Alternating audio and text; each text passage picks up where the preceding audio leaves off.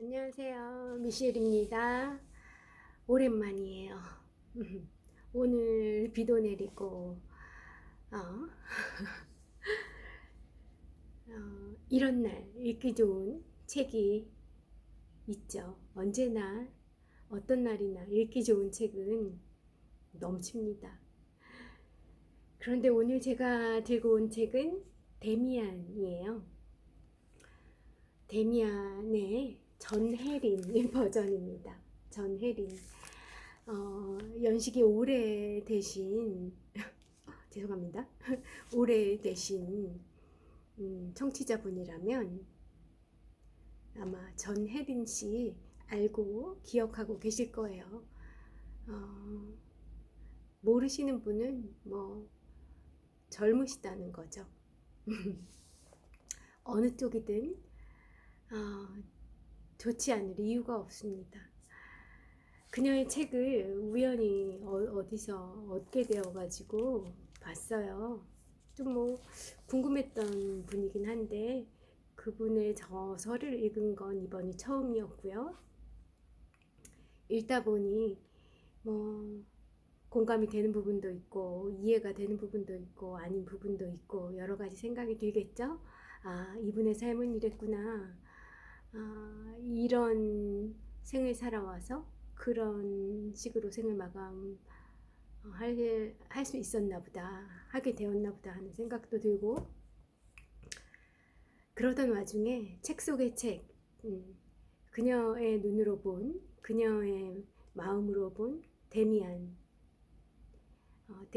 헤르만 헤세의 데미안을 소개한 부분이 있어서 오랜만에 이 책, 데미안 다 많이들 알고 계시지만 다시 한번 읽어보는 것도 나쁘지 않을 것 같아서 골라봤습니다. 두 개의 세계라는 제목이에요. 데미안은 하나의 이름, 하나의 개념, 하나의 이데아다. 고등학생 때와 대학교 1, 2학년 때 누구나 한 번씩 사로잡히는 책이 헤세의 데미안이다. 나도 더 클 수 없는 감동을 가지고 읽었던 것을 기억한다. 개인적인 이유에서도 데미안은 나에게 잊을 수 없는 책이 되어버렸다. 데미안을 몹시 사랑하던 내 친구가 대학교 2학년 때 어느 날 나에게 와서 데미안을 빌려달라고 부탁한 일이 있다. 다음 주 월요일에 꼭 갖다 주겠다고 약속하면서 그 친구는 빨간 줄 투성이인 나의 데미안을 빌려갔다. 여학교 동창이고 기계처럼 매사에 정확한 모범생이었던 그 친구는 월요일에 나에게 오지 않았다. 나는 무심코 별일 없이 그냥 못 오게 되었는 줄만 알고 있었다. 그 후 약 반달이 넘어서야 나는 그 아이가 그때 이미 죽어 있었기 때문에 오지 못한 것을 알게 되었다. 죽는 순간까지 데미안을 읽고 있었다 한다. 그래서 그 책도 같이 무덤 속에 들어가고 말았다. 왜 죽었을까? 그 아이는 나는 한 반년 동안은 그 의문에서 헤어나지를 못했었다. 지금도 그날 책을 빌리러 나에게 왔던 날, 그날이 생각나고 그 후 길가에서 무심코 제 3자의 입에서 그 아이의 죽음을 들었을 때의 그때의 경악이 잊혀지지 않는다. 겨울이었다. 아마 나는 일생 그 일을 내 뇌리의 어느 구석에 간직하고 있을 것만 같다. 데미안은 누구인가? 독일의 전몰 학도들의 배낭에서 꼭 발견되었다는 책. 전쟁에 참전했던 그 학생들, 그들의 배낭에서 꼭 발견되었다는, 많이 발견되었다고 하죠. 누구나 한 번은 미치게 만드는 책. 도대체 그 마력의 근원은 어디에 있고 왜 우리는 데미안을 읽고 또 읽고 때로는 죽음에 이르기까지 읽어야만 했는가? 데미안, 유년기의 향수 같은 맛, 서럽고 감미로운 이름이다. 도대체 헬세는 데미안을 통해 어떤 인간을 부각하려고 한 것일까?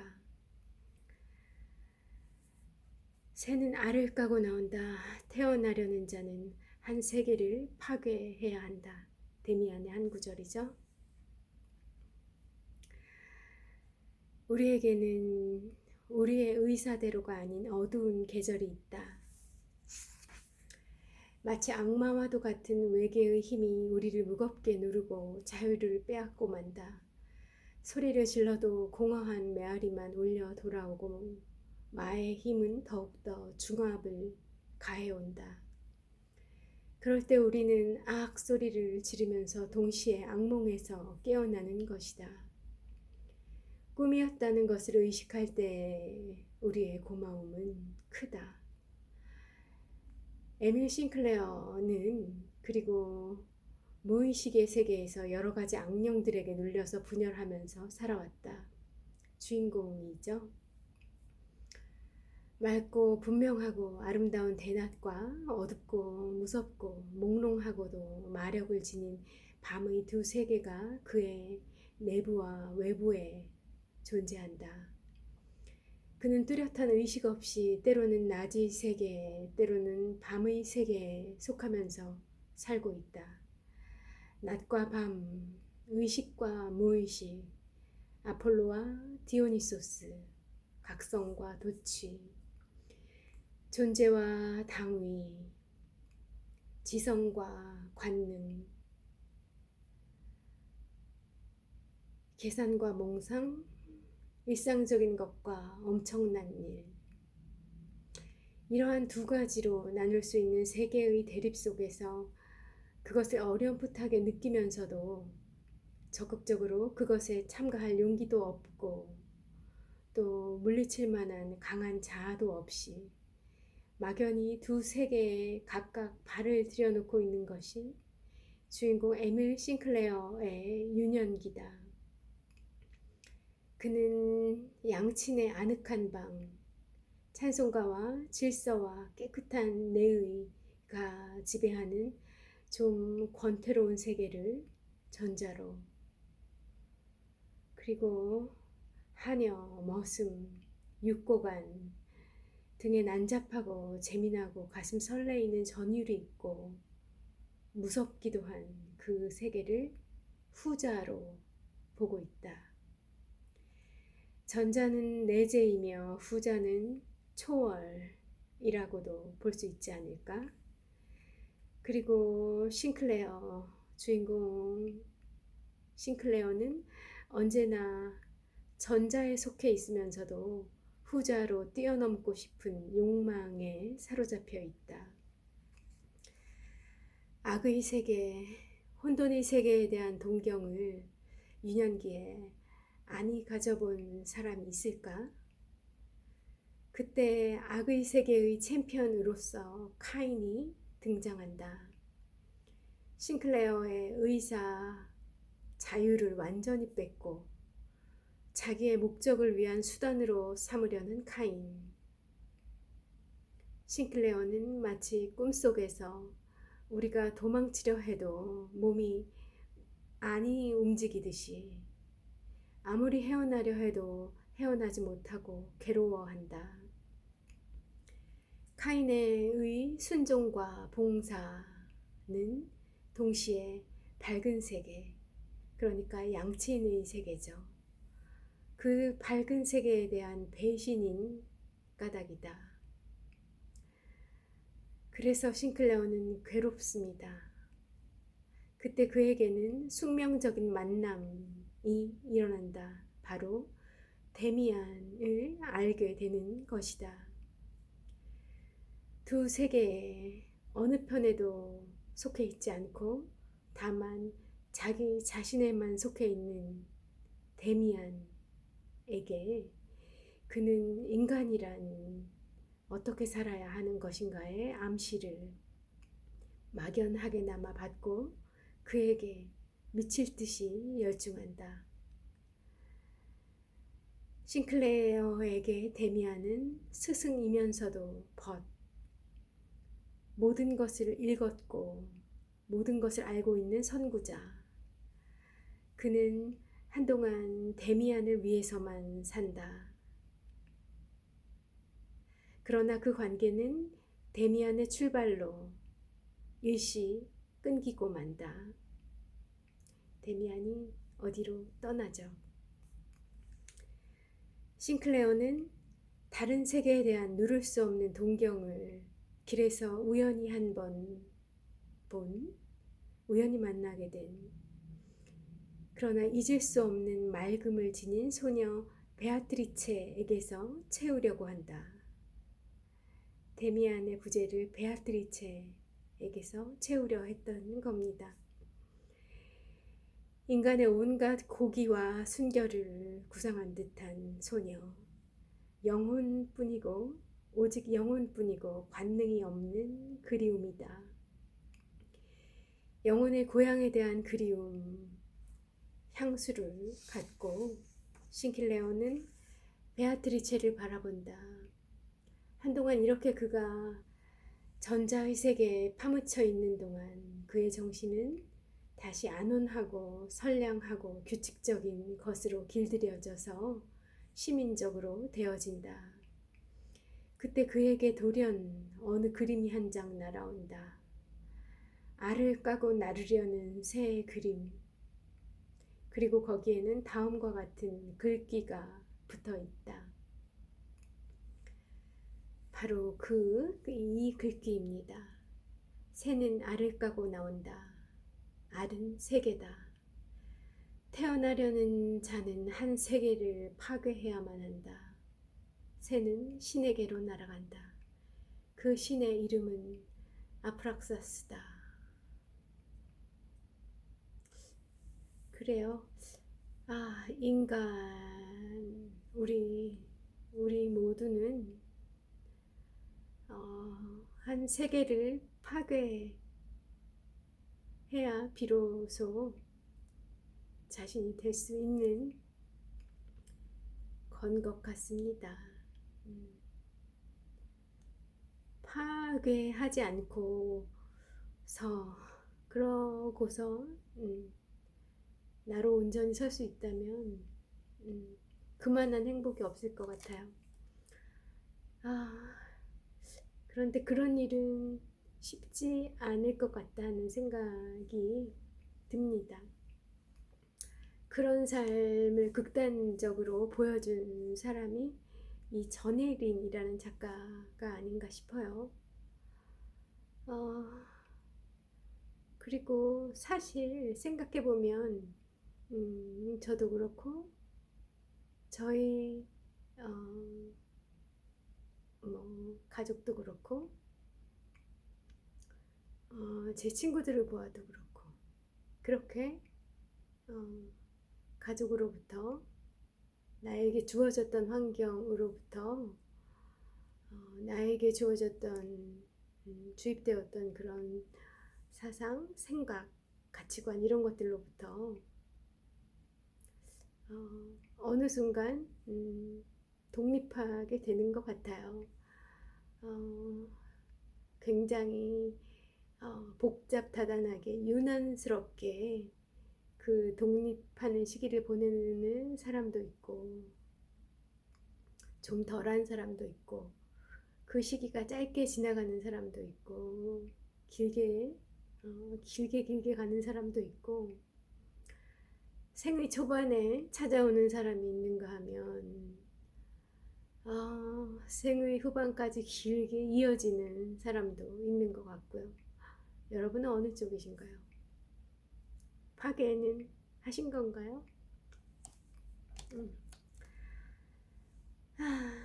싱클레어는 마치 꿈에서 경악 때문에 소리를 지르고 깨어난 사람 같은 각성을 느낀다.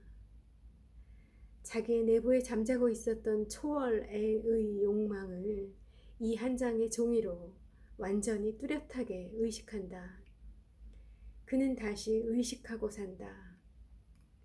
베아트리체도 양친의 만족, 그의 평온함에 대한 양친의 만족스러움, 그런 것들도 이미 그에게는 그와는 관계없는 무엇이 되고 만다. 결국 그 속에서 안주할 수 없는 자기를 느끼는 그런 거겠죠. 그리고 그에게는 다시 괴로운 시절이 온다. 어디로 갈 것인가? 아니, 우선 무엇부터 시작해야 할 것인가? 자기의 도달하는 길은 멀다. 거의 불가능하게 멀다. 멀다 하잖아요. 그쵸? 결국 우리에게 주어져 있는 것은 욕망뿐인 것일까? 싱클레어의 전 흥미의 대상은 그때부터 아프락사스가 된다. 아프락사스. 어느 세계로 인도하는 문을 열어주는 주문인 것일까? 그는 어느 날 수업 시간에 헤로도토스 강의에 망연히 귀를 기울이고 있었다. 그러나 갑자기 그 신임 교사의 음성은 그의 의식에 와서 부딪혔다.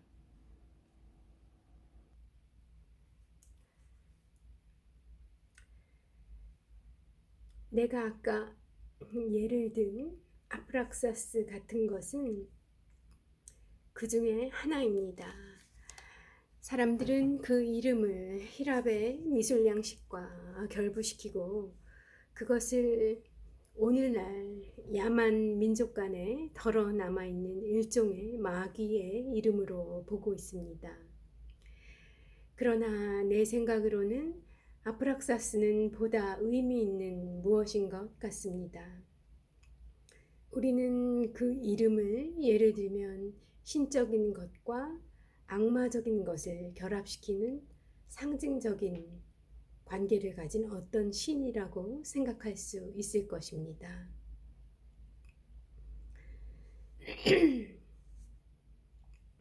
신적인 것과 악마적인 것을 결합시키는 상징적인 관계, 뭘까요?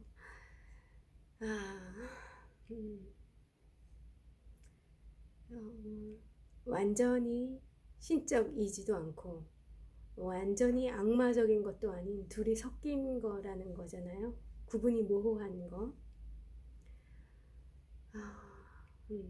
양면을 다 가지고 있는 그런 어떤 걸 의미하는 걸까요?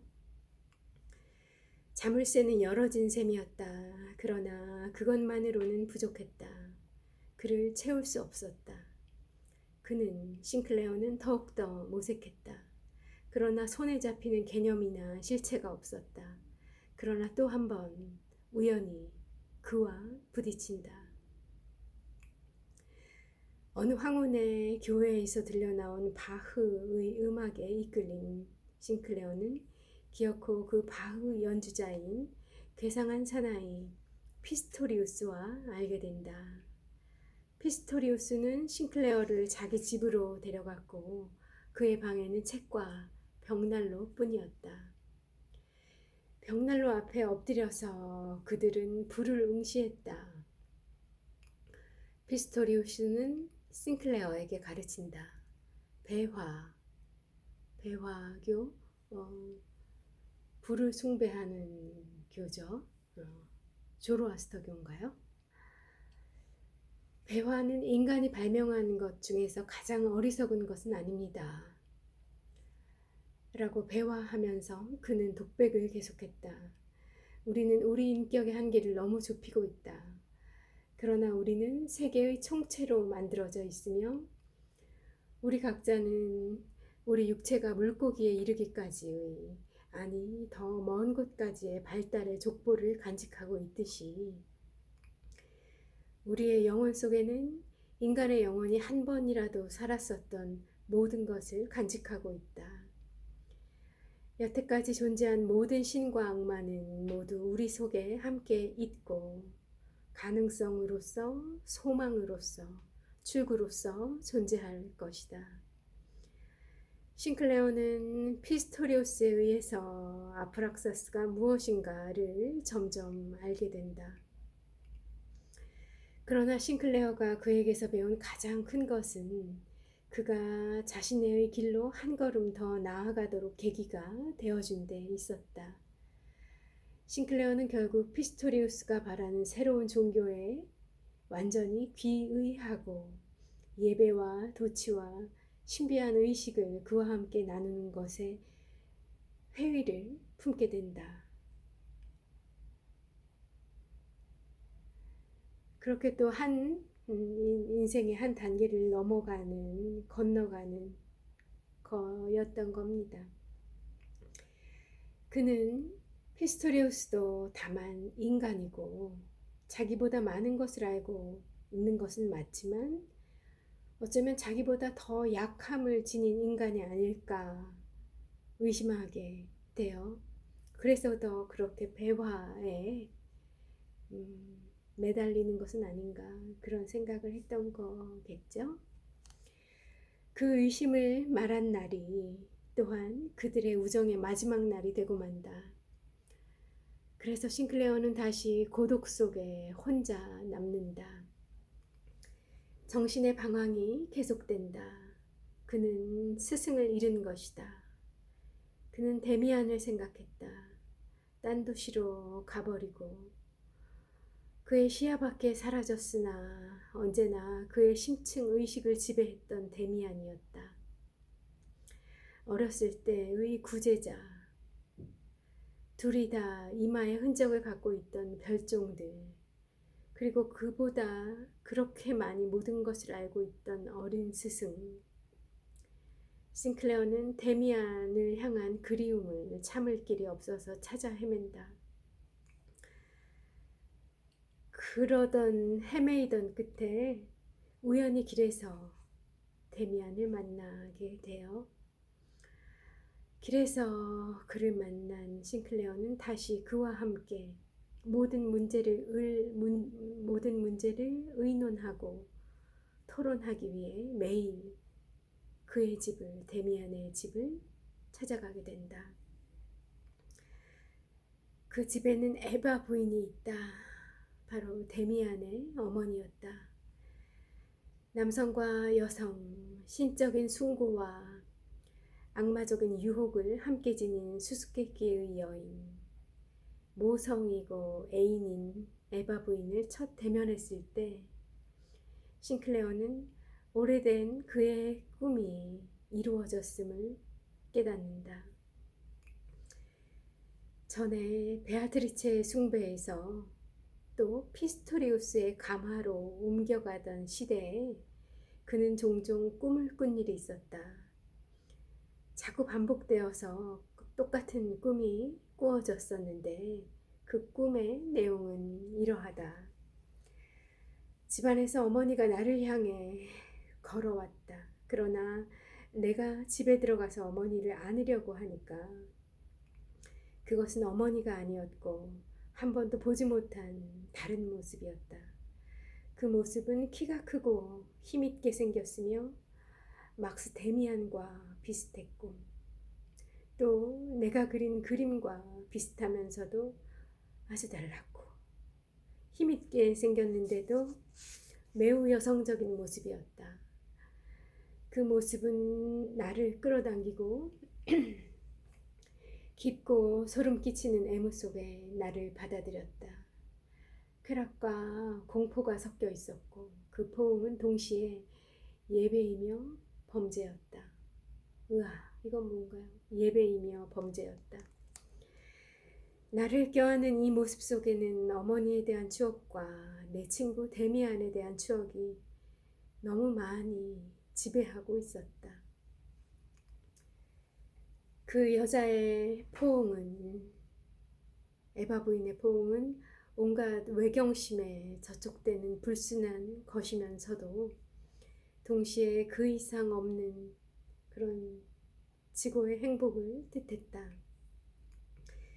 종종 나는 이 꿈속에 깊은 행복감을 안고 깨어나고 때로는 끔찍한 죄를 저지른 것 같은 양심의 가책과 죽음의 공포를 가지고 깨어났다.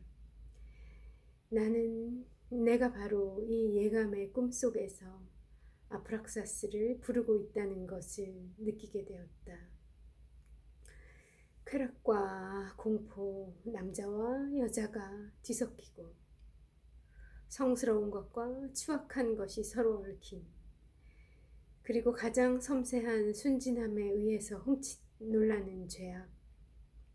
이러한 것이 내 사랑의 꿈의 모습이었고 또한 아프락사스의 모습이었다. 그 꿈의 모습을 그대로 구현시킨 여인이 바로 데미안의 어머니 에바 부인이었던 것이다. 싱클레어는 이제야 고향에 돌아온 것 같다고 그 여자에게 말한다. 깊은 안도와 행복을 느낀다. 그는 내가 어떻게 되든 간에 상관없었다. 나는 이 여자가 이 세상에 있는 것을 아는 것이 행복했다. 그 여자의 목소리를 마시고 그 여자의 가까이에서 숨쉬는 것이 행복했다. 그 여자가 에바 부인이 나에게 어머니가 되든 애인이 되든 여신이 되든 하여간 그 여인이 있기만 하다면, 나의 길이 그 여자의 길과 가깝기만 하다면 이라고 느낀다. 완전 행복한 시절이었던 거죠. 그러나 그것도 오래가지 않았다. 어느 날 그는 전쟁이 일어났음을 통보받는다. 그도 데미안도 모두 출전한다. 그리고 점령지구의 농가 앞에서 보초를 서다가 싱클레어는 총탄에 맞아 쓰러진다. 총탄에 맞는 순간 그가 본 것은 신비한 여신 에바 부인, 아프락사스 등의 이름을 통해 그가 추구하던 목표였다.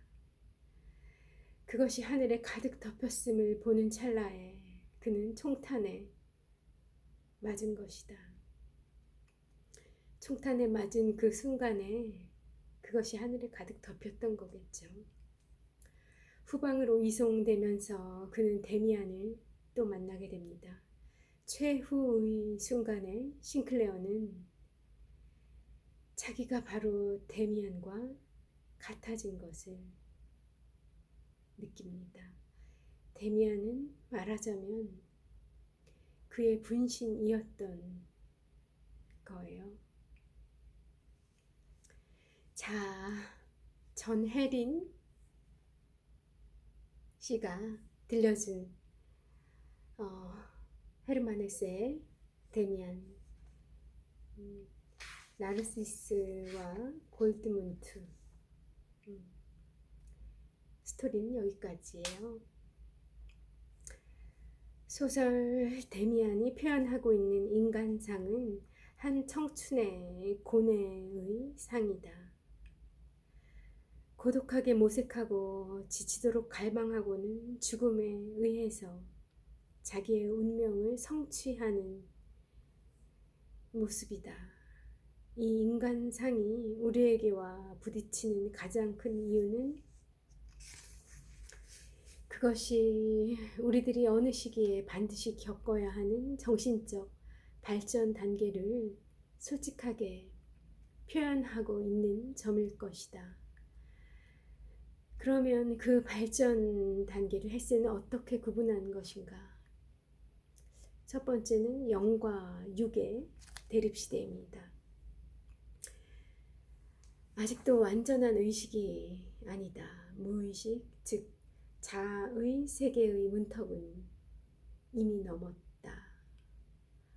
그리고 두 번째 단계는 바로 외계와의 대결입니다. 외계는 언제나 우리에게도 대항적인 무엇이고 자기 이외의 모든 사람은 이방인인 거죠.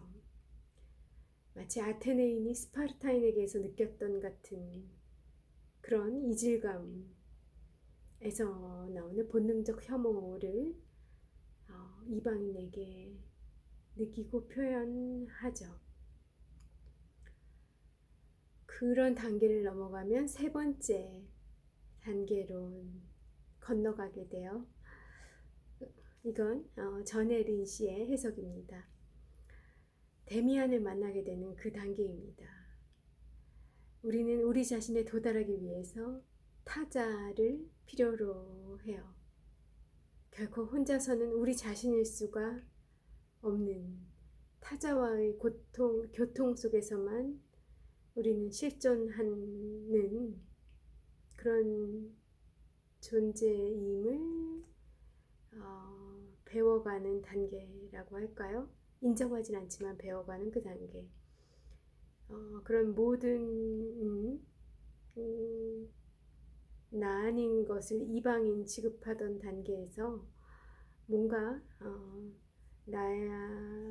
내가 호의를 갖게 되는 호의를 품을 수밖에 없는 붙잡아야만 하는 무언가를 어떤 관계를 통로를 발견해내는 단계인가 봅니다. 그러다가 베아트리체 시대로 넘어가네요. 사춘기의 욕정에 대한 자기 반발에서 흰 구름을 바라보고 숭배하고 싶은 시대, 맑은 것, 고귀한 것만을 원하는 관념 그 자체이고 싶은 그런 순수의 시대. 이런 시대에 언제쯤 겪으셨었나요? 저에게 묻는다면 아주 어렸을 때 결벽증에 걸렸던 그런 시절이 있어요. 그 시기가 생각나네요. 그런 것처럼 이 정말 맑은 것, 고귀한 것, 그런 것, 흑백이 뭐 아무튼 뭐라고 표현하기 어렵다. 그런 아이들의 순수한 고귀함 있잖아요. 그런 시대. 저희 나이 또래는 아마 초등학교 때 이런 단계를 거친 것 같은데 요즘 세대는 몇 살에 겪게 되는지 모르겠습니다.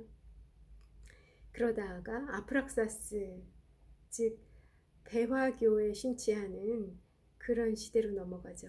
피스토리우스라는 스승을 통해 새로운 종교의식에 골몰하는 그 시대.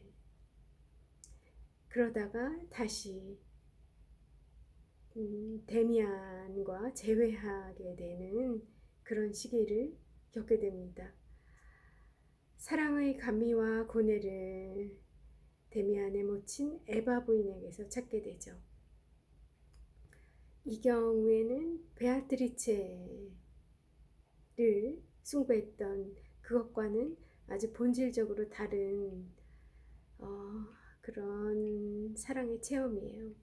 모성, 여신, 동물, 악마, 여인, 모든 것의 집대성 같고 모든 것을 알고 있는 예지의 여인이 바로 에바 부인으로 등장합니다.